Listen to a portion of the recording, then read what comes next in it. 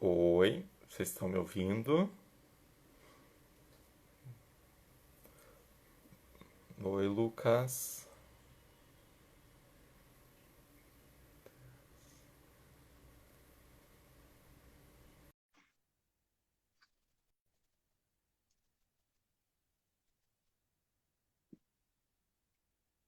Oi, Vinícius. Oi, Lucas. Olá, querido, tudo bem? Tá me ouvindo? Tô te ouvindo e você tá me ouvindo? Oi, acho que você caiu. Oi, tá me ouvindo? Aham. E eu tô aparecendo bem na câmera? Estou te ouvindo, tá me Ou ouvindo? eu tô cortado? Eu tô um pouquinho cortado. Deixa eu ver se eu consigo O seu olho está aumentar. um pouco cortado. Então, vamos dar um minutinho aí pra galera entrar. Cara, acabou a luz aqui. E tá rolando tipo um apocalipse zumbi. Tá tipo bem chovendo.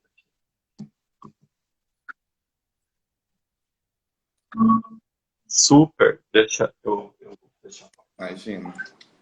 Tá um temporal em Curitiba, né? Isso aí, isso aí. Vamos dar um segundinho para as pessoas entrarem e daí a gente já começa. Primeiro eu quero agradecer também, né, Lucas? Muito obrigado, cara. Obrigado por você ter voltado, obrigado por você estar Ah, tran- aí se disponibilizado. Bem importante. Deixa eu...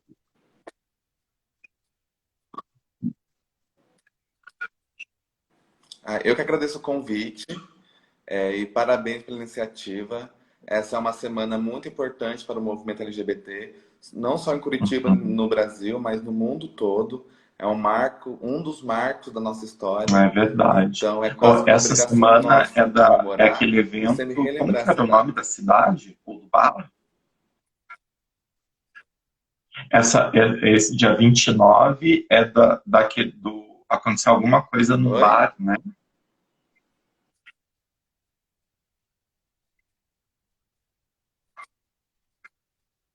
No dia 28 de junho, Isso mesmo. Isso houve mesmo. E aí a foi, e Revolução de daí foi Stonewall acordado em que Nova York, nessa nos Estados data Unidos. seria, né, é a data do orgulho, né?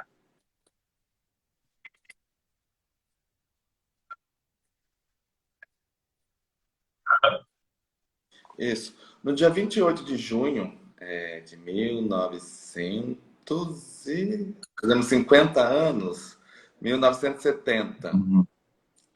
tinha um bar, tem ainda até hoje virou um símbolo da luta LGBTI no mundo, o Bar Stonewall, que na época, né, era um dos guetos do movimento LGBT, porque não era permitido, se você era Uhum. homossexual e fosse pego em prática, você poderia ser até preso. Poderia não, era preso. E havia essas batidas policiais muitas vezes nesses bares, e principalmente em Stonewall. E teve um dia, que foi de 28 de junho, em que a comunidade LGBT local cansou dessas batidas, dessa violência contra a Uhum. comunidade e se rebelou contra a polícia na pancadaria mesmo. É, E a partir desse dia, foram 3 dias de embate, e a partir desse dia começou a primeira parada LGBT do mundo. Né? Então, por isso que é o dia do orgulho, o dia que a gente se rebelou contra essa agressão policial, que na época justificava essa agressão porque era um local dominado pela máfia e tudo mais, mas quem era preso eram os LGBTs. Foi em 1969, 28 de junho de 1969, foi o dia que aconteceu a Revolução de Stonewall, na qual comemoramos até hoje, não só em Curitiba, mas no Brasil, no mundo todo. É um dia de orgulho, de combate também, sempre relembrar essa nossa história, que todos os nossos direitos que temos hoje, direito ao casamento, à adoção, à retificação do prenome de pessoas trans, o direito a doar sangue agora e a criminalização da homofobia, foi através de muita luta, de muito tempo e de muitas e muitas pessoas. Pessoas que lutaram pelos direitos e que hoje não conseguiram ver eles, mas que nós Nossa, desfrutamos super das legal, lutas dessas assim, pessoas e por isso que essas pessoas super também bonito, sentem que ser inclusive, você lembradas. falando assim, né? Na verdade, é uma trajetória. E, às vezes, quando a gente corta para o momento atual, né, a gente vê através desse recorte e não entende a construção que vem por trás, a construção né, de iniciativas, de movimentos e de conquistas que fazem com que a gente chegue nesse momento da história, né?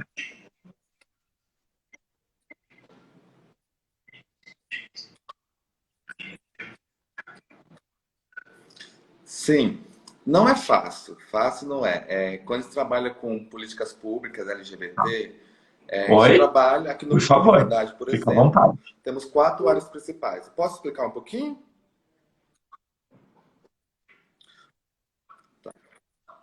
O Grupo Dignidade se divide em 4 áreas principais.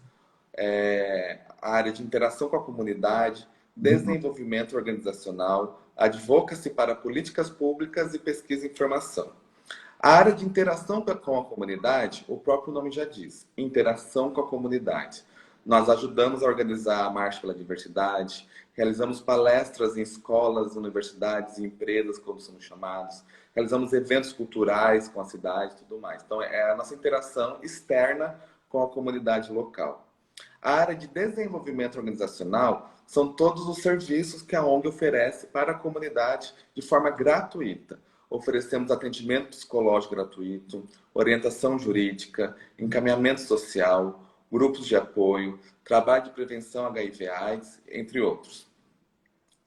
A área de advocacy para políticas públicas é o nosso diálogo com o governo, seja ele municipal, estadual, federal, tanto da área executiva, legislativa ou judiciária. Como citei antes, o direito a casamento, a adoção, a retificação do prenome de pessoas trans, o reconhecimento como família, a criminalização da LGBTI-fobia, a poder doar sangue agora, todas as grandes conquistas a nível nacional, o Grupo Dignidade sempre esteve envolvido. E também realizando políticas públicas a nível municipal, Curitiba e Paraná. E a área de pesquisa e formação é que nós percebemos que existe muita pouca pesquisa na área de diversidade sexual e o pouco que existe é muito fechado à academia, de um vocabulário de pouco acesso à população e à comunidade local. Quando eu falo comunidade, não só a comunidade LGBT, mas empresas, órgãos públicos têm um pouco de dificuldade de acessar esses documentos, entender eles para usar eles a seu favor. Então a gente realiza pesquisas e também materiais didáticos para ajudar as pessoas e de fácil acesso. Um dos exemplos é que nós construímos um manual de comunicação LGBTI, que é tipo o ABC do LGBTI, explica as siglas, a história, o movimento. Quem quiser tem no nosso site, pode acessar.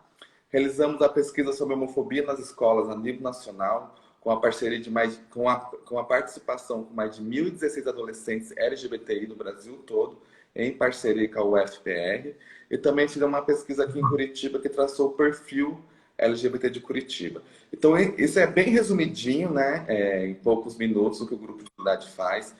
Antes da pandemia, a gente realiza 200 atendimentos mensais, em média.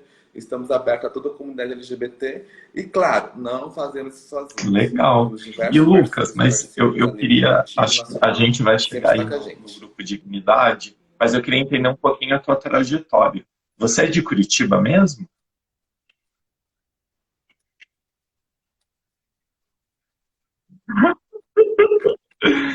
Não, não, não. Isso pelo o R puxar para perceber que eu não sou de Curitiba.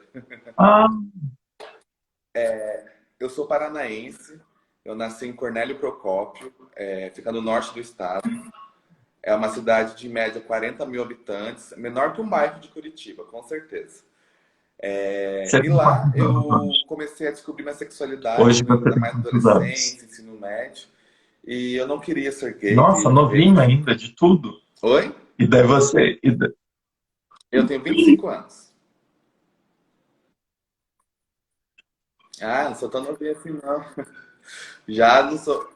Quando eu vejo a geração 2000 vindo ser voluntário aqui na ONG, 18, 19 anos, já me sinto velho já.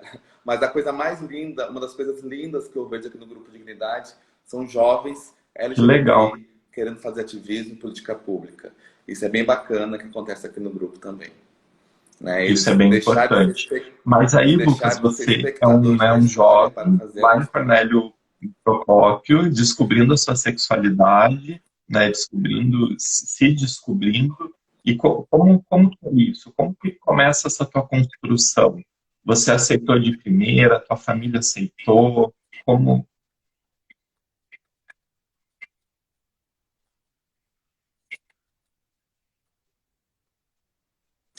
Quando eu me percebi gay e comecei a aceitar essa ideia, não foi nem um pouco fácil.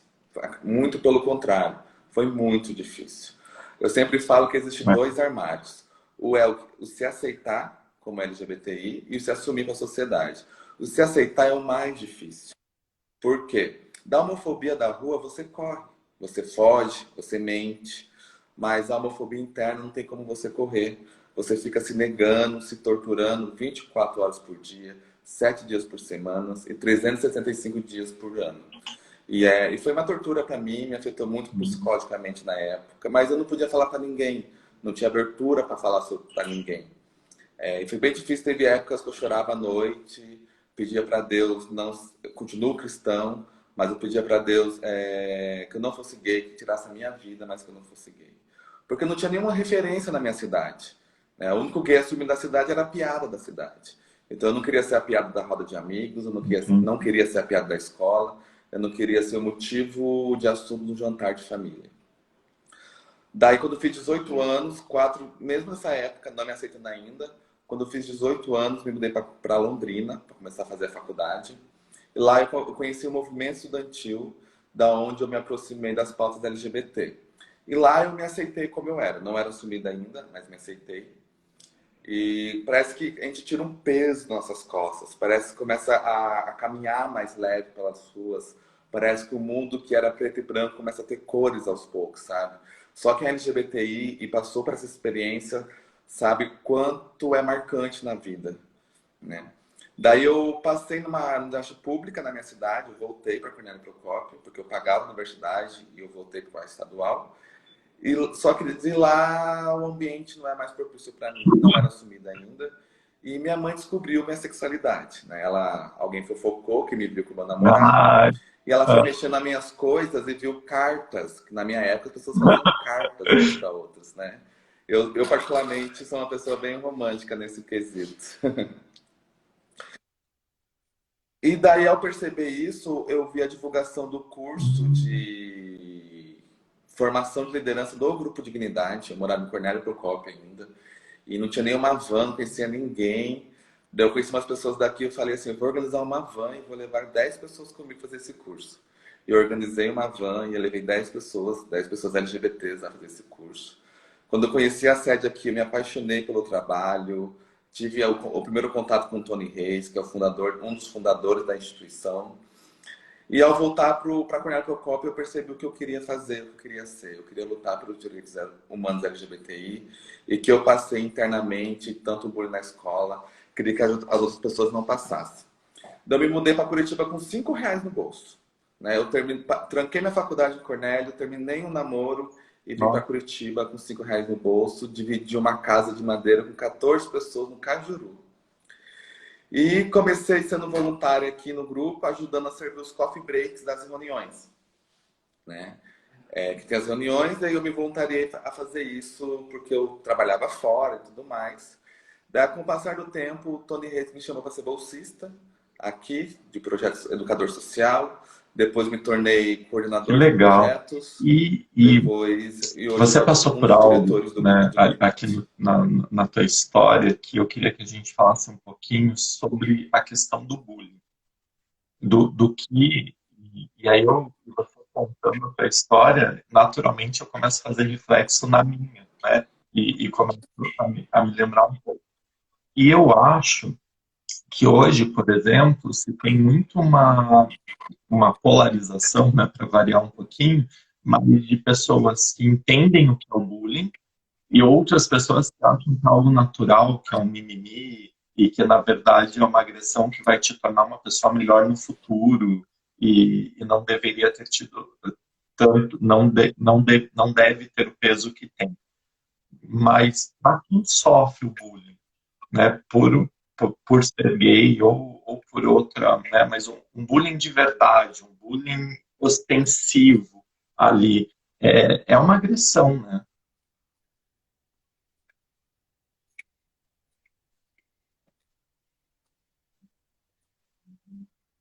Sim. Tem um autor, que não lembro o nome agora, que ele fala assim: cada um sabe a dor e a delícia de ser o que é, né? O que para uma pessoa a piadinha só pode ser uma piadinha, a pessoa nem se importa. Para outra, a piadinha pode afetar seu psicológico, sua autoestima e até mesmo sua dignidade humana. Então, o bullying, em todas as suas formas, ele é agressivo, né? Seja desde a piadinha até a agressão física. E o bullying, né? Eles diferenciam um pouco a palavra bullying de preconceito, Tá. porque o bullying ele é muito mais visado a adolescentes e entre pares e muito no ambiente escolar.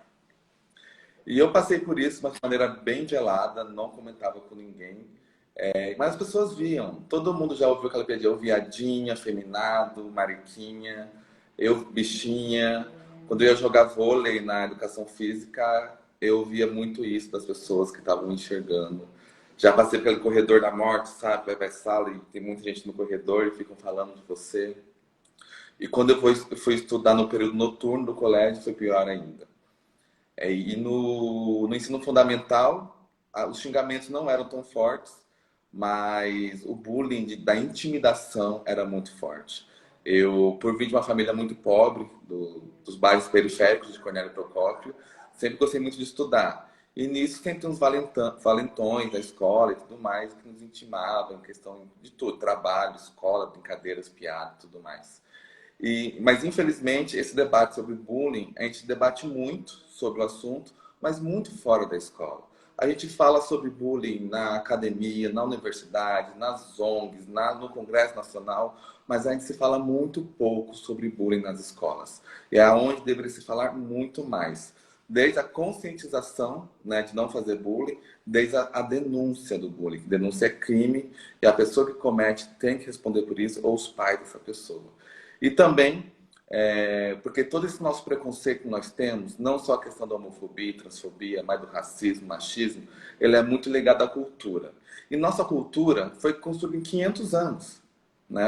O que nós somos hoje como Brasil foi uma construção social, cultural de 500 anos. E para desconstruir tudo isso, não vai ser em um, não vai ser em 5, não vai ser em 10 anos. É uma mudança de longo prazo.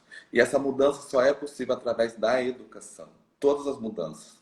E nós sabemos disso. Por isso que é muito importante o Isso. investimento na E, educação, e você mas não falando só uma isso, educação me vem técnica, aqui mas que, na também uma verdade, educação quando, humanitária. né, a criança, o adolescente, ele sofre o bullying, todo mundo sabe. A escola sabe, os amigos sabem, a família sabe de alguma forma, por mais que a pessoa que esteja no papel da vítima esconda, mas o contexto sabe o que está acontecendo. Talvez não de uma forma tão concreta, talvez de uma forma mais sutil, mas o contexto sabe que alguma coisa está errada. E eu acho, e aí eu queria entender o teu ponto de vista, mas eu acho que existe um descolamento dessas pessoas que sabem, do tipo, talvez elas nem saibam como lidar, elas não querem colocar a mão ali na terra, elas não querem mexer, e elas se distanciam. E aí esse distanciamento, ele é validado por um desconhecimento. Entende o que eu quero dizer?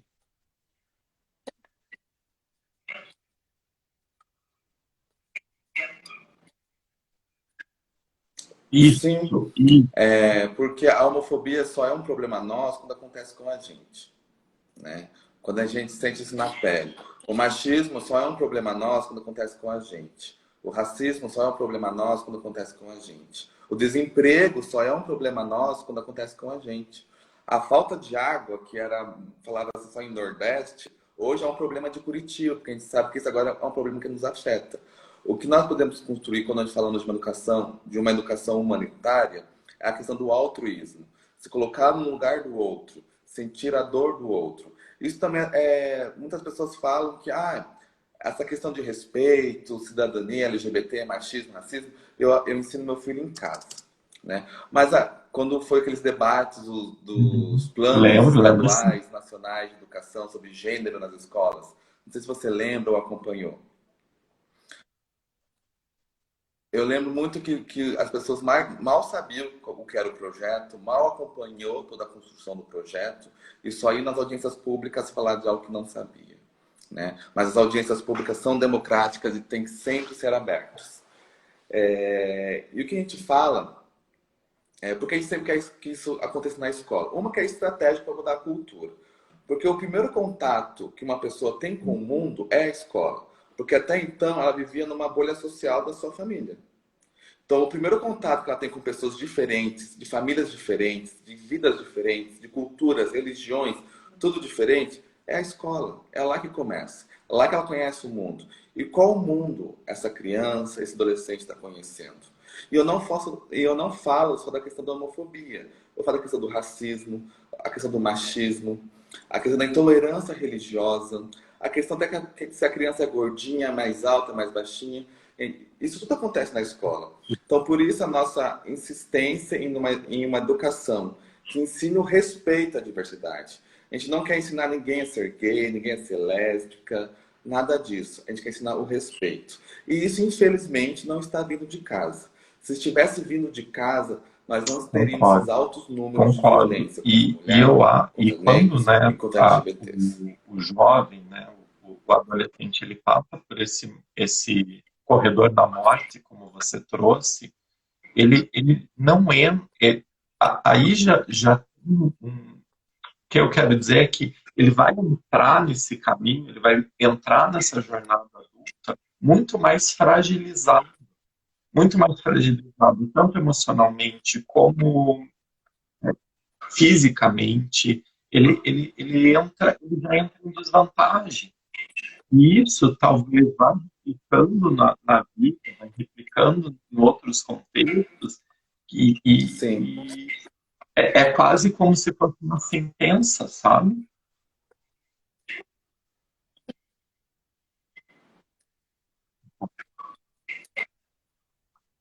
sim.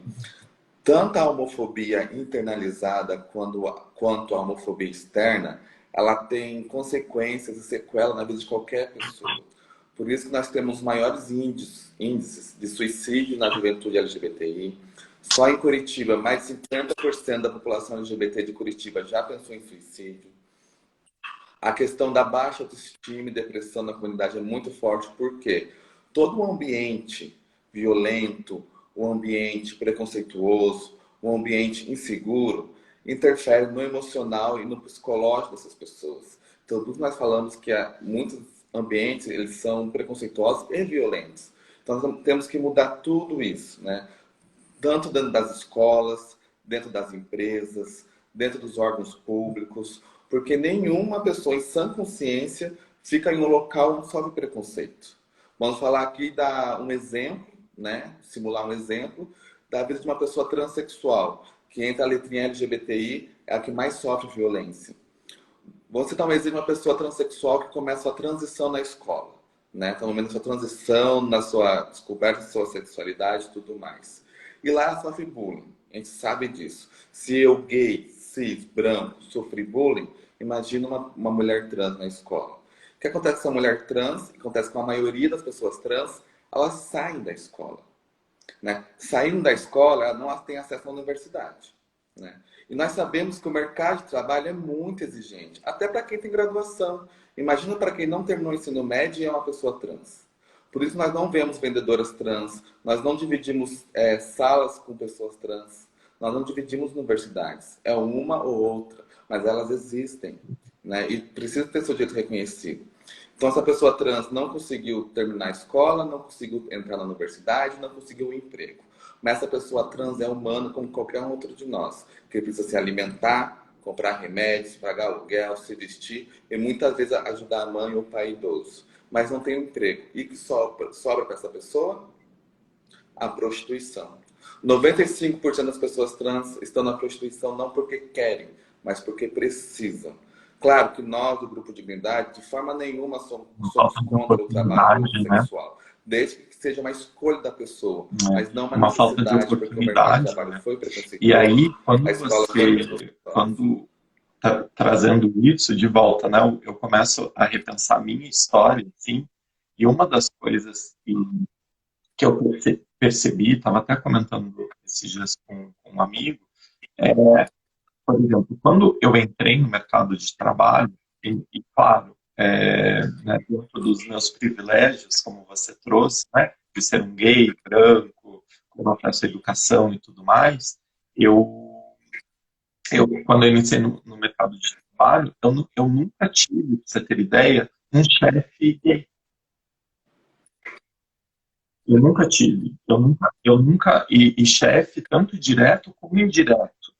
Ali, ou se tinha alguém que estava muito no armário que eu não soube.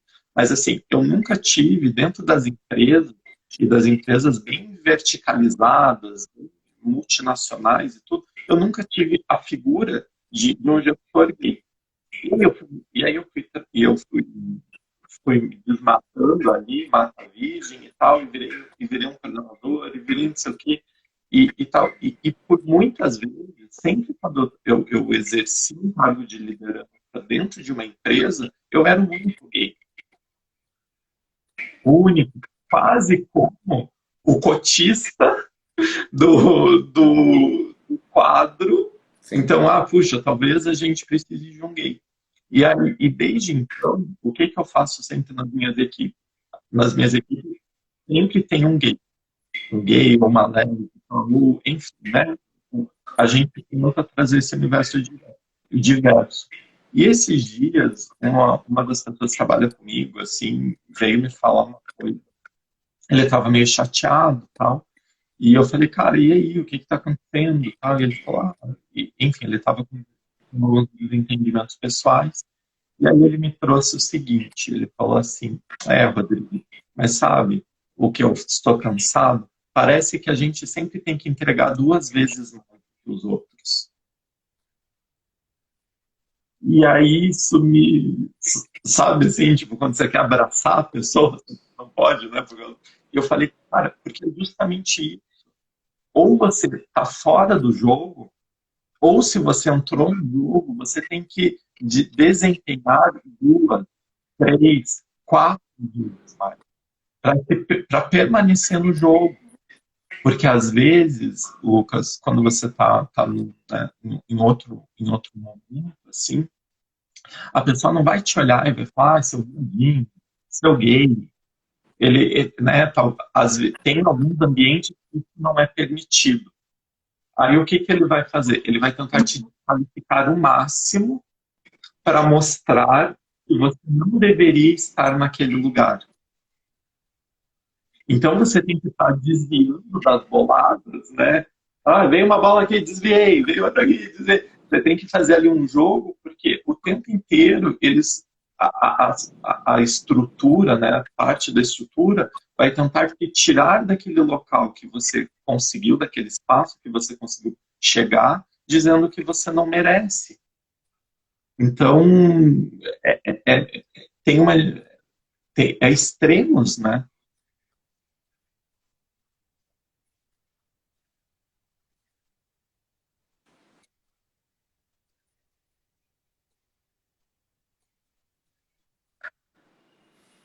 Sim, eu tive uma experiência parecida quando eu morei em Londrina. Eu fui estagiário em uma empresa. Eu já tinha me aceitado, mas não tinha coragem de me assumir lá, porque eu vi as piadinhas, os preconceitos que eles tinham com outros funcionários que eram assumidos, né? Então, o ambiente não me proporcionou. E parece até engraçado, porque quando a gente não está empoderado 100%, parece que nós temos que sair do armário toda vez, toda hora. Se a gente entra na universidade nova, temos que sair do armário. Se a gente não entra no emprego novo, temos que sair do armário. Se a gente vai numa roda de amigos novos, temos que se assumir. Né? Um parente novo chega em casa, toda hora como se fosse uma obrigação a gente contar que a gente é gay. Né? E que nossa sexualidade tem que ser algo natural, como a heterossexualidade também, que ninguém chega numa roda de conversa e fala: oi, meu nome é tal e eu sou heterossexual. Não precisa. A sexualidade, tem um autor que fala que a sexualidade é um oceano. Tem quem faz dela um aquário, um riacho, uma represa, ou até próprio oceano. Ela é muito diversa. E essa diversidade tem que ser tratada de forma normal. De forma normal. E entrando no assunto sobre empresas, nessa semana de diversidade sexual, essa semana tão importante para o movimento, eu acredito, para mim, é a semana mais importante no ano para o movimento LGBTI.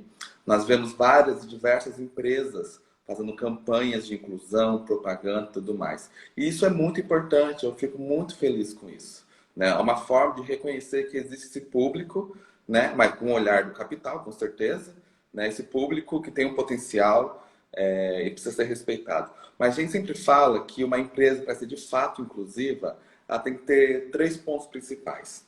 O primeiro é fazer essa divulgação e essa campanha inclusiva e respeitando a questão LGBTI. A segunda é, quantos funcionários sua empresa tem LGBTI? Quantos funcionários trans a sua empresa tem?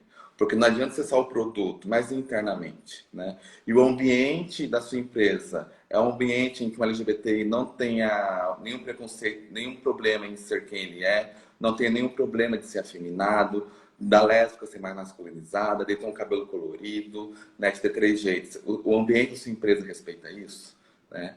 E o terceiro é qual é a sua responsabilidade social com a questão LGBTI, né? De que forma você ajuda essas pessoas a crescerem, a se reestruturarem, a refazerem a sua história, né? Porque muitas vezes as pessoas, as empresas nos procuram e falam: ah, nós queremos contratar LGBTI e tudo mais, E, e manda lá as exigências. Tem que falar inglês, espanhol, ter pós-graduação, ser formado em quê e tal, tal, tal. Ela quer ter diversidade, mas não quer ter inclusão. Por quê? Tem LGBTIs que falam inglês, espanhol, tem pós? Tem. Mas quando a gente quer incluir e ajudar as pessoas que tiveram problemas na sua vida por causa do preconceito, é um outro olhar. Porque muitas pessoas, aqui a gente citou as pessoas trans, sobre todos os seus problemas com emprego, escola, universidade, mas o LGBT de forma geral, aqueles e aquelas que foram expulsas de casa pelo preconceito, aqueles que foram agredidos pelos próprios pais, aqueles que ainda menor de idade estão no abrigo porque o pai e a mãe batiam por ser LGBTI, essa pessoa teve a sua história, a sua vida modificada por causa da homofobia, né? E muitas vezes não vai ter acesso à universidade, muitas vezes não vai ter acesso a um curso de inglês. Então, quando eu falo de responsabilidade social das empresas, é um olhar humano para essas pessoas que tiveram suas histórias mudadas por causa do preconceito. Então, quando essas empresas têm esse, eu falo, tripé da é diversidade, verdade. de E fato, sabe, essa esses dias a empresa respeita a gente, uma diversidade, de empresa também fato, ela é me inclusiva. procurou As portas da porque RH estão queria ter muito no seu estreitas, quadro de elas têm que ser mais funcionários uma pessoa abertas. trans. E param naquele dilema que são normais, né? Tipo, qual banheiro, enfim, são comuns no curso.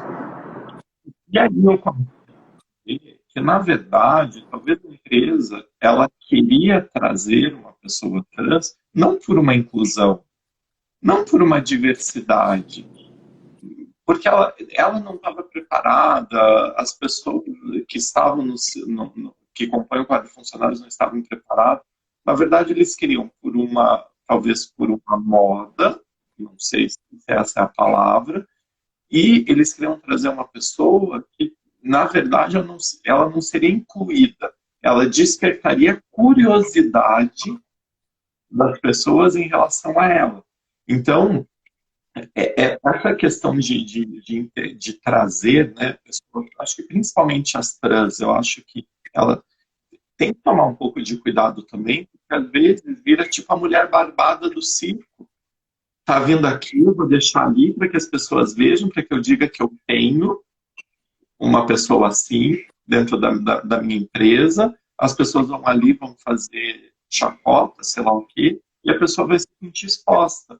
Ela não está sendo integrada. E essa não é uma empresa inclusiva.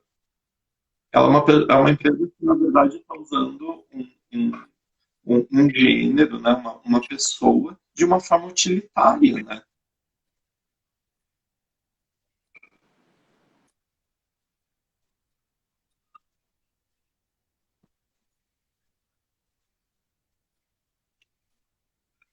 Sim. Por isso que nós sempre orientamos as empresas que querem ter a iniciativa da inclusão, da diversidade, querem se transformar uma empresa inclusiva, porque hoje as pessoas elas não só compram produtos pelo preço, mas pelos valores que representam. Quando a gente fala de missão, visão e valores, né?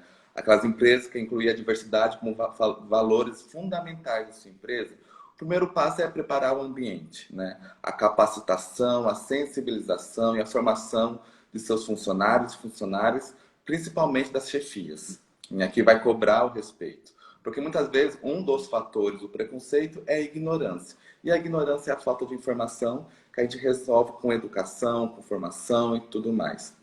E ao chegar nessa empresa, essa pessoa trans ser respeitada pelo seu nome social, se não tiver o nome no segmento, pelo seu gênero, se for uma mulher trans, tratado feminino, se for um homem trans, tratado masculino, se for um gay mais afeminado, se for uma lésbica mais masculinizada, ser respeitado da forma que é. Então esse é um caminho de longo prazo, né? É uma longa jornada, tivemos muitas conquistas até aqui, com certeza, mas existem muitos desafios pela frente, mas com certeza o setor privado é um setor que temos que dialogar, porque no setor público é onde nós vamos conseguir as políticas públicas necessárias para as mudanças que precisamos. No segundo setor, que é o setor empresarial, é onde nós vamos conseguir o salário dessas pessoas, emprego e dignidade humanas para elas. E no terceiro setor, que são as ONGs, as associações, onde a gente vai lutar, cobrar e atender essas pessoas. Então é um diálogo com os três setores. Tem quem mais gosta do setor público, tem quem mais gosta do setor privado, tem quem mais gosta do terceiro setor. E isso é bom, nós temos que estar em todos os espaços, porque acima de estar causa, nós estamos falando de vidas de pessoas, nós estamos falando de histórias, não só de uma sigla no papel LGBT, né? Quando nós falamos que cada 19 horas morre uma LGBTI no Brasil com preconceito, é uma vida que foi perdida. É uma família chorando, é uma mãe chorando, é um filho, é uma filha, que LGBTs também têm filhos e filhas. É uma história que se encerrou ali, por causa do preconceito. Então, por isso que nós, do Grupo Dignidade, um dos nossos valores é o diálogo. Em primeiro lugar, o diálogo.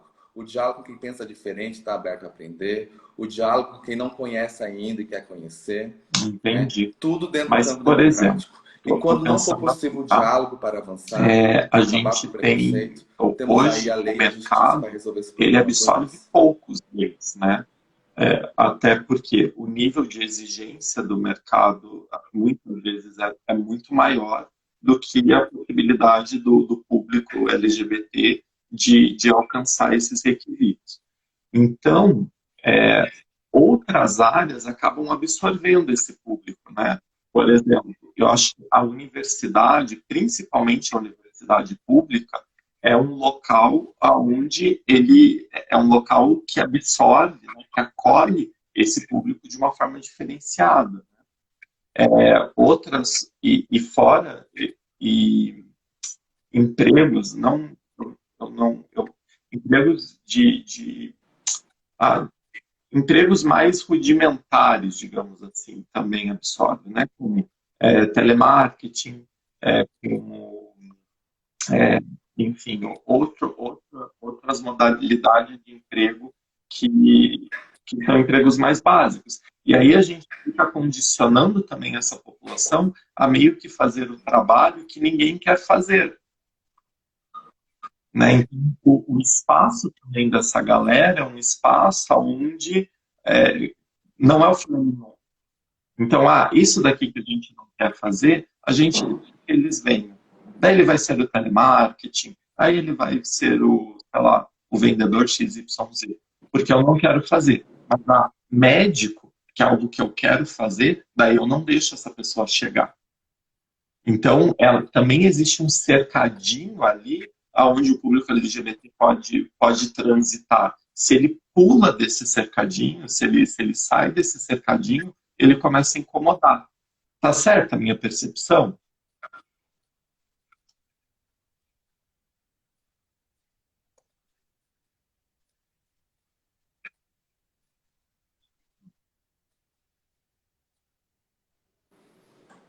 Eu acho assim, essa realidade que você comentou já foi muito mais forte, ainda existe, né? Vamos falar que ainda existe. Não só para jovens LGBTIs, mas para jovens em geral que procuram uma oportunidade de emprego para crescer, para ser autônomo e tudo mais.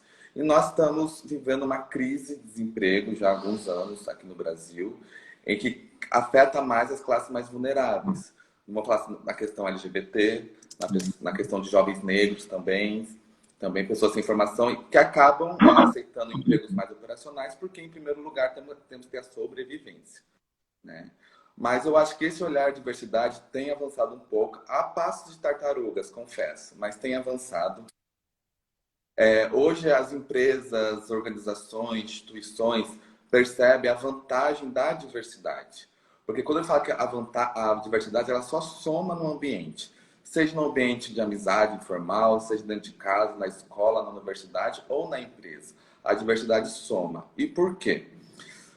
Uma vez atendemos aqui na instituição uma pessoa que comentou em que queria que sua equipe fosse mais criativa, que tivesse uma visão diferenciada do mercado e tudo mais. Daí eu pedi para essa pessoa me passar o perfil dos seus funcionários. Eram todos heterossexuais, brancos, acima de 40 anos. Daí eu perguntei assim, como você quer uma visão diferenciada se sua equipe é uniforme? Não só a questão LGBT, mulheres, a maioria eram homens, pessoas negras, jovens e mais velhos. Eu acho que quando uma pessoa chega aos 50, 60, 70 anos, ela jamais é descartável no mercado de trabalho. Eu acho que o mercado está perdendo uma oportunidade incrível quando descarta essas pessoas. E a questão LGBTI também. Quando a sua equipe é diversa, quando eu falo diversidade, não só a questão sexual, mas diversidade sexual, diversidade religiosa, diversidade cultural.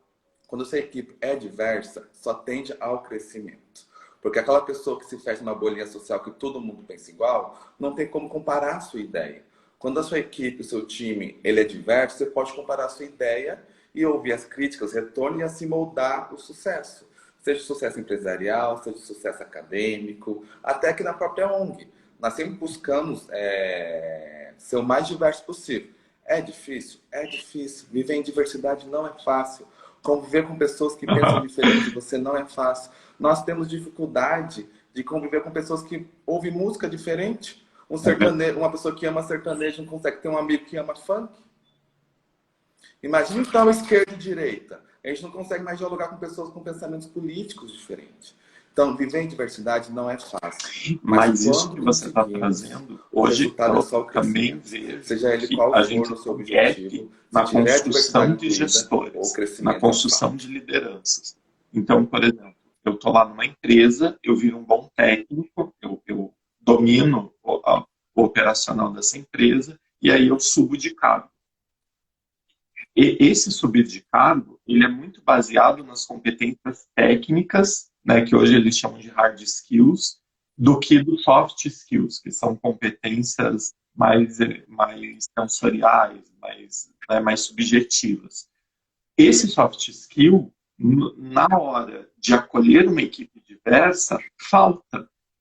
Então, a gente tem, né, um nível nas empresas de gerência, diretoria, das áreas de liderança, que, na verdade, não necessariamente elas estão preparadas para a gestão. Elas entendem o mecanismo daquela empresa, elas entendem o processo daquela empresa e eles fazem o negócio rodar lá dentro. Então, quando você, para um gestor desse, né, um gestor mais operacional, digamos, você entrega uma equipe diversa, ele não sabe o que fazer. Então, aí vem eu acho que um novo ensinamento de gestão, um novo ensinamento de liderança para as empresas. Porque às vezes o RH vai lá com esforço tal, consegue trazer para dentro. Mas lá dentro o gestor não está preparado.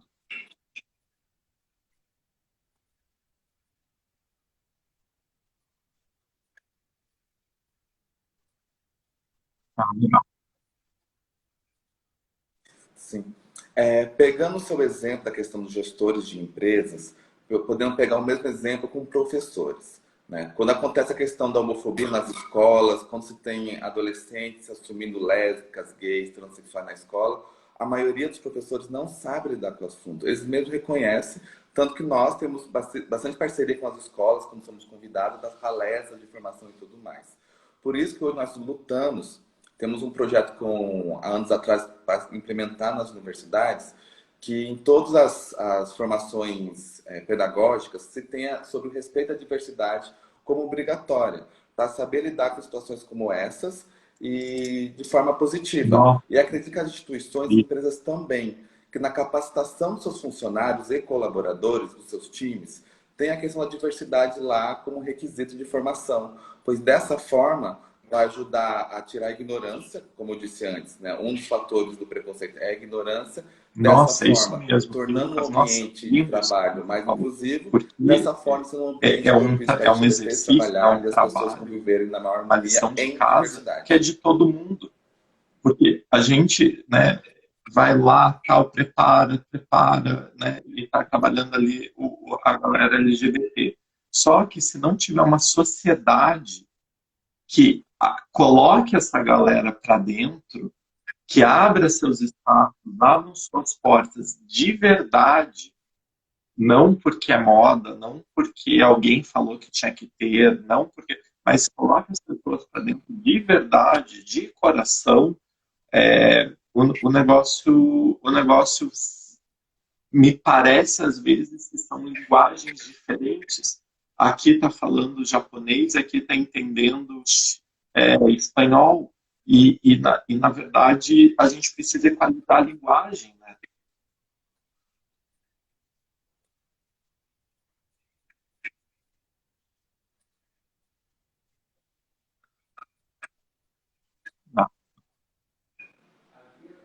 Sim. É, Repete eu isso, sempre por falo favor. que, usando uma palavra, um dos termos de Paulo Freire, se uma educação não for libertadora, o sonho do oprimido vai ser o opressor. Se a educação ela não for qualitativa, se a educação não for qualitativa, de acordo com o seu público. Por exemplo, quando eu vou falar com adolescentes, eu uso o vocabulário da vida deles. Quando eu vou falar com colaboradores de empresas, eu uso o vocabulário daquela realidade. Quando eu vou falar com moradores de rua, eu vou falar o vocabulário deles. Por quê? De alguma forma eu quero passar conhecimento. E o conhecimento só é passado com didática. E a didática, ela só funciona se ela for É. incluída com a vivência do outro. Não existe didática que não visa a vivência do outro. Então, o que nós queremos, é igual quando vai falar de prevenção a HIV nas escolas. Eu sempre lembro, na época que eu estava no ensino médio, faz alguns anos já, e aos estudantes de enfermagem, no mês de dezembro, que é um mês importante, a HIV é uma questão séria, trabalhamos muito isso aqui dentro da instituição. Eu lembro que as estudantes de enfermagem iam lá e mostravam aquelas imagens horrorosas, né? Como se o medo educasse. Então, elas fingiam que ensinava e a gente fingia que aprendia. Né? Porque não era um termo, a gente não falava sobre sexo como algo natural, algo bom, algo que faz bem para a pessoa e faz melhor ainda quando é com prevenção. Então, quando você usa didática no ensinamento, você passa a informação. Né? Até as pessoas falam assim, mas hoje em dia pega HIV quem quer. Não é assim, porque a informação está aí. Ninguém acorda num domingo de manhã e diz na internet, eu vou ver sobre HIV. Então ninguém pesquisa sobre respeito à diversidade do nada. A educação, a informação tem que chegar nessas pessoas de maneira É para estratégica gringo e uma ver mesmo. comunicação que converse E, com e elas. o Né? quanto é Não uma comunicação que importante, fala, eu fiz, e eu só te isso. Para convidei, tá, gringo ver, Lucas, como dizia para meu o teu pai, para gringo currículo, ver. porque muita gente indicou também, mas o quanto eu acho que é importante a gente começar, e não começar, porque é óbvio que isso já começou, mas assim, a gente trabalhar forte em exemplos LGBTs diversos também. Porque senão a gente fica sempre no mesmo exemplo caricato do gay da novela, que é o sabe, que está ali numa situação servil para Sim, madame. E aí, eu estava na faculdade, algum tempo atrás, na verdade, e uma sim. professora falou, cara, assim, e foi muito absurdo, assim. Ela falou, não, porque o gay, ele é o melhor amigo que você pode ter. Porque ele tinha o coração da mulher e a mente do homem. Enfim, ela falou alguma coisa assim. Cara, era uma professora dentro de uma universidade, dentro de um curso de humanas, falando isso. Na verdade, ela mesma não entendia que dentro do discurso dela, ela estava dizendo que o gay ele tem o papel de coadjuvante, ele tem o papel do amigo, ele tem o papel do servil, ele tem o papel do confidente, Mas quando que o gay vai ter o papel de protagonista? E aí, quando o gay vem com esse protagonismo, ele começa a incomodar também. Sim. Bom, gente, é isso.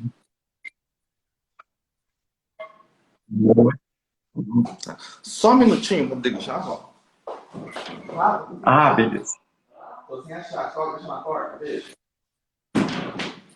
Voltei. É que agora às 18 horas vou ter uma outra reunião, eu pedi para eles aguardarem um pouquinho. Então, só para falar um pouquinho então que você falou sobre o preconceito, vamos, acho que juntando um pouco o que você falou, o preconceito dentro da própria comunidade, onde a gente esperava um ambiente mais diverso, mais respeitoso e acontece. Muitos me perguntam, mas e por que os LGBTs são preconceituosos com os próprios LGBTs? Acontece? Acontece. Infelizmente acontece. E por quê? Como eu citei antes, a nossa cultura foi construída durante 500 anos, né? Uma cultura brasileira. Super, Nossa cultura brasileira como que ela é, Rodrigo? Ela super. é machista? Ela é racista? Ela é homofóbica? Então, a nossa cultura brasileira foi construída durante 500 anos, com uma cultura machista, racista e homofóbica. Não. Né? E onde está a comunidade LGBTI nessa história toda? Vamos falar do Grupo Dignidade. Onde o Grupo Dignidade fica? Ele fica numa ilha isolada no meio do oceano? Não. Ele fica em Curitiba, Paraná, Brasil. Então, nossa Ah, comunidade, nesses 500 anos, recebeu a mesma cultura, a mesma educação, sim. a mesma. Acho que ele já volta. E aí, gente, vocês estão gostando? Eu tô adorando. E é bom, né?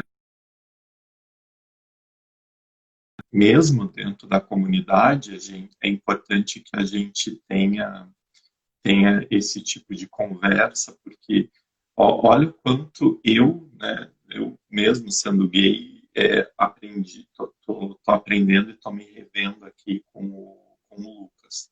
Acho que diálogo sempre é o que nos salva no final. Um pouquinho que ele vai entrar de volta.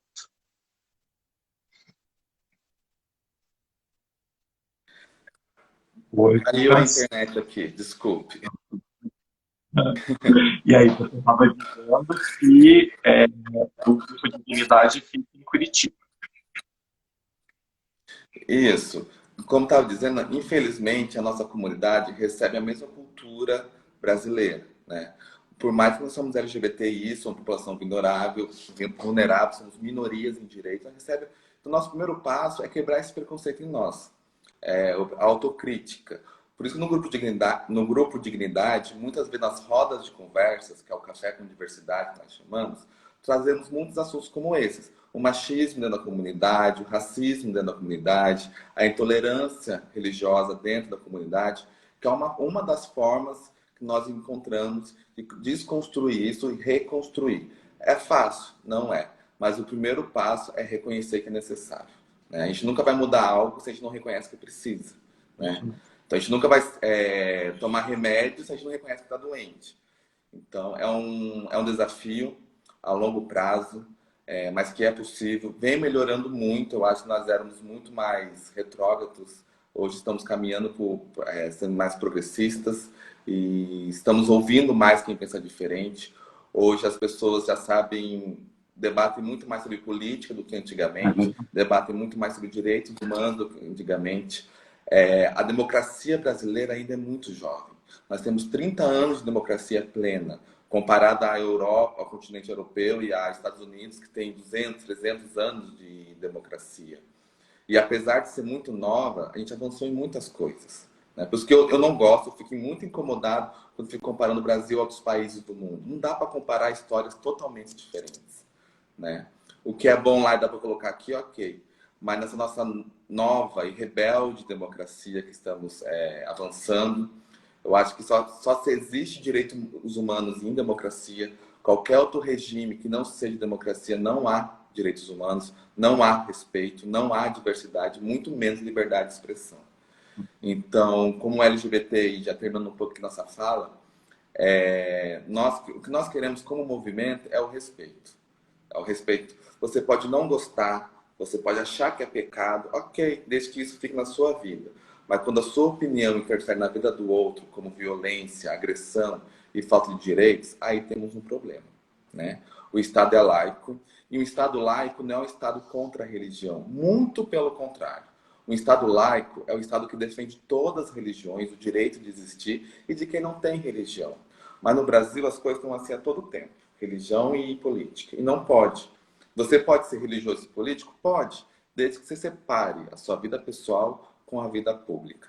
Porque no Brasil, eu como Lucas e como todo LGBTI, cumprimos com nossos deveres. Eu tenho que pagar imposto como qualquer outra pessoa, eu tenho que acordar cedo e trabalhar como qualquer outra pessoa. Para eu conseguir um diploma universitário, eu tenho que estudar 4 anos. Se eu cometer algum crime, eu vou ser preso como qualquer outra pessoa. E se não, então, se eu cumpro meus deveres como qualquer cidadão brasileiro, eu tenho que ter meus direitos como qualquer cidadão brasileiro também. É verdade. E Lucas, acho que a tua fala foi inspiradora, foi elucidativa. Parabéns, acho, pela trajetória. Eu acredito que a gente precisa, enquanto LGBT, a gente precisa ocupar os espaços, a gente precisa chegar em cargos de liderança para mostrar que nós somos capazes, a gente precisa trilhar caminhos para que tantos outros de nós vejam que é possível, como para os diferentes de nós também vejam que é possível. Então, acho que essa trajetória de conquista é algo muito importante. E quero te agradecer de novo por tudo. Você foi um simpático, foi um querido no tempo inteiro. Obrigado mesmo. E eu queria que você falasse de novo, quando você fosse finalizar, a mensagem do Paulo Freire que você citou, porque eu achei muito pertinente. Sim, sim. Novamente, parabéns pela iniciativa, Rodrigo, de trazer esse tema nessa semana tão importante para a gente, né? É muito legal quando a gente vê outras iniciativas, outras vozes também, pensamentos diferentes, e como eu disse, né, com pensamentos diferentes, com diversidade que a gente cresce. E uma coisa que eu me baseio muito, né, eu comecei graduação de Sociologia para ser professor, mas tive que parar para começar outra. E me apaixonei por Paulo Freire. Uma das frases que me marcou muito é essa, que é uma educação que não seja libertadora. O sonho do oprimido vai ser o opressor.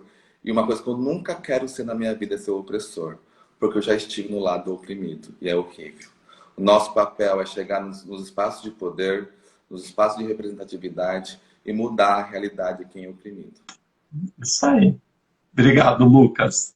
Tá Boa bom? reunião. Obrigado a você. Tchau, tchau, Tchau. pessoal.